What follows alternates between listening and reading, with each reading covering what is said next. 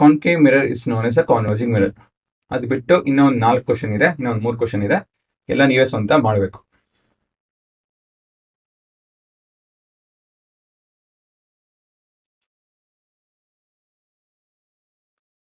ಏನು ಹುಡುಗರ ಮೊದಲೇ ಉತ್ತರ, ಕಾನ್ಕೇವ್ ಮಿರರ್ ಕಾನ್ವರ್ಜಿಂಗ್ ಮಿರರ್ ಅಂತ ಕರಿತೀವಿ. ಏನಕ್ಕೆ ಕಾನ್ಕೇವ್ ಮಿರರ್ ಕಾನ್ವರ್ಜಿಂಗ್ ಮಿರರ್ ಅಂತ ಏನಕ್ಕೆ ಕರಿತೀವಿ ಅಂತ ಹೇಳಿದ್ರೆ, ಪ್ಯಾರಲಲ್ ಬೀಮ್ ಆಫ್ ಲೈಟ್ ಅದ್ರ ಮೇಲೆ ಬಿತ್ತು ಅಂತ ಹೇಳಿದ್ರೆ it will converge at a point. ಈ ರೀತಿಯಾಗಿ ಅಲ್ವಾ? ಹಾಗಾಗಿ it is known as converging mirror. Name a mirror that can give an erect and enlarged image. Okay, ಇದು ನಿಮ್ಮ ಆಬ್ಜೆಕ್ಟ್ ಅಂತ ತಿಳ್ಕೊಳ್ಳಿ.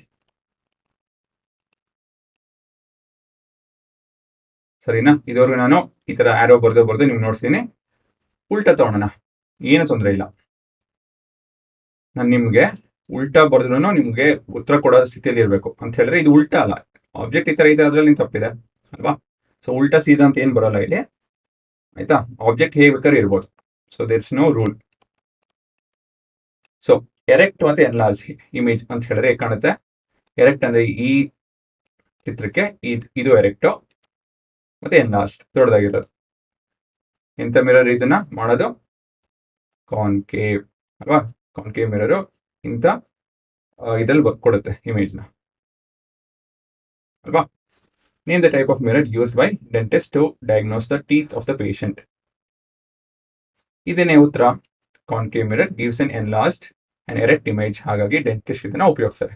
ಸೊ ಡೆಂಟಿಸ್ಟು ಅವರು ಮಿರರ್ ಕಾನ್ಕೇವ್ ಮಿರರ್ನ ನಿಮ್ಮ ಬಾಯಲ್ಲಿಟ್ಟು ನಿಮ್ಮನ್ನ ದೊಡ್ಡದಾಗಿ ನೋಡ್ತಾರೆ ಅಲ್ವಾ?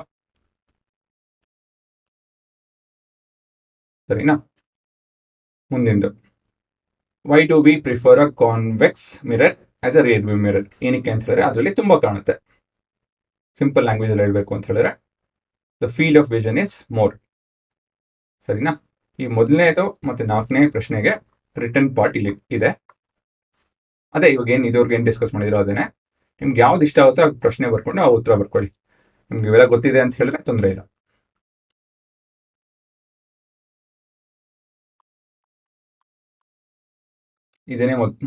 ಇದನ್ನೆಲ್ಲ ಮೊದಲೇ ಹೇಳಿ ಮಾತಾಡಿದೀವಿ ಇದನ್ನೆಲ್ಲ. ಹಾಗಾಗಿ ನಾನೇನು ತಿರ್ಗಾ ಓದೋದು ಹೇಳೋದು ಅದನ್ನ ಮಾಡ್ತಾ ಇಲ್ಲ.